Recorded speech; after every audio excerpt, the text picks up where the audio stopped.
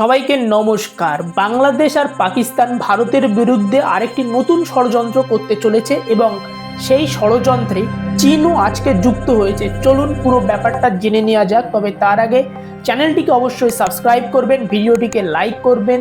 আসলে পাকিস্তানের আইএসআই বা ইন্টার সার্ভিস ইন্টেলিজেন্স এবং পাকিস্তান আর্মির একটি গ্রুপ বাংলাদেশের 4 দিনের জন্য একটি সফরে গিয়েছিল এবং সেই সফরে গিয়ে বাংলাদেশের সাথে পাকিস্তান একটি এগ্রিমেন্টে এসে পৌঁছেছে যে বাংলাদেশে পাকিস্তানের যে দূতাবাস আছে সেখানে পাকিস্তান নিজের আইএসআই বা ইন্টার সার্ভিস ইন্টেলিজেন্স তাদের ব্রিগেডিয়ার র্যাঙ্কের ব্যক্তিকে এবং অন্য কিছু অফিসারদের রাখবে বা নিযুক্ত করবে।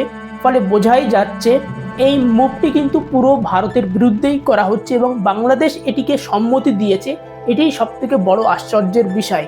কেননা এই যে আইএসআই, সবাই জানে পৃথিবীতে যত টেররিস্ট অ্যাক্টিভিটি হয় কিংবা যত খারাপ কাজ হয় তার পেছনে কিন্তু এই আইএসআই এর মদত অবশ্যই থাকে।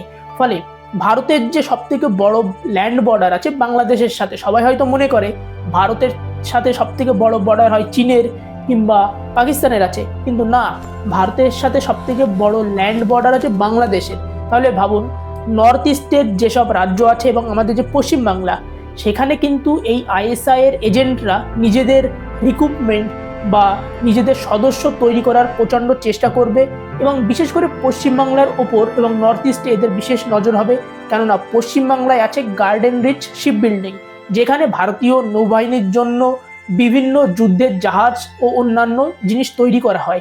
ফলে এই যে আইএসআই, এরা কিন্তু ভারতের যে বিশেষ বিশেষ স্থান, সেটা বলুন বিশাখাপত্তনম, কলকাতা, মাদ্রাস, কোচিন, এইসব বন্দরগুলিতে নিজেদের এজেন্ট ঢোকাবার প্রচণ্ড প্রচেষ্টা করে। এক্ষেত্রে কলকাতায় এদের সুবিধা হবে, কেননা যেহেতু গার্ডেন রিচ বাংলাদেশের থেকে খুব দূরে নয়।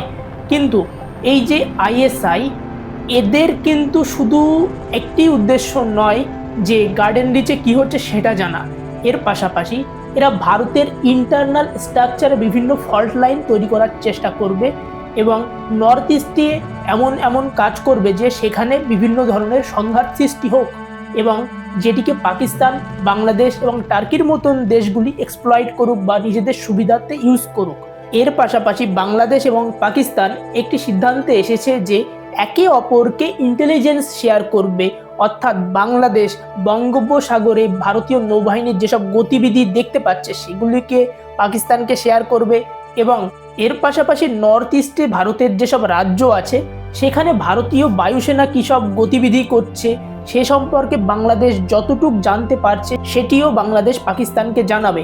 এবং আপনারা হয়তো লক্ষ্য করেছেন ইদানিং ভারত নর্থ ইস্টে অনেক বেশি পরিমাণে নোট্যাম অর্থাৎ নোটিস টু এয়ারম্যান এই জিনিসটি জারি করছে এবং ভারতীয় বায়ুসেনা বিভিন্ন যুদ্ধ অভ্যাস করছে, যেটি আগে প্রায় হতোই না। আগে হয়তো বছরে একবার এরকম নোট্যাম জারি করা হতো নর্থ ইস্টে, কিন্তু এই 2025 এবং 2024 সালে অনেক বেশি পরিমাণে এই নোট্যাম জারি করা হয়েছে।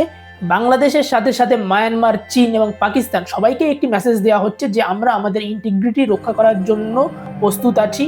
এবং এই ষড়যন্ত্রে চীন যুক্ত হয়েছে আজকে, কেননা বাংলাদেশ সেনাবাহিনী চীনকে SY-400 short range ballistic missile এটি কেনার অর্ডার দিয়েছে। ফলে বাংলাদেশের কথা ভাবুন, চারিদিকেই তো প্রায় ভারত আছে, বাংলাদেশ কার সাথে যুদ্ধ করবে যে ব্যালিস্টিক মিসাইল কিনছে? এটি তো পিওর প্রভোকেশন বা উস্কানি, যে ভারতকে এক প্রকার ইনডাইরেক্ট হিন্ট দিচ্ছে যে আমরা ভবিষ্যতে তোমাদের বিরুদ্ধে কাজ করব, পাকিস্তানকে সাপোর্ট করব, চীনকে সাপোর্ট করব।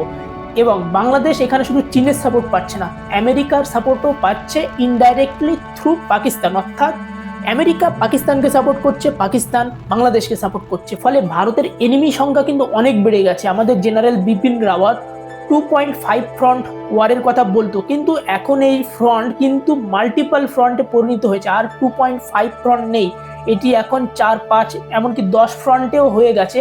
এটিকে মাল্টি লেয়ারে বিশ্লেষণ করতে হবে, তবেই ভালোভাবে বোঝা যাবে।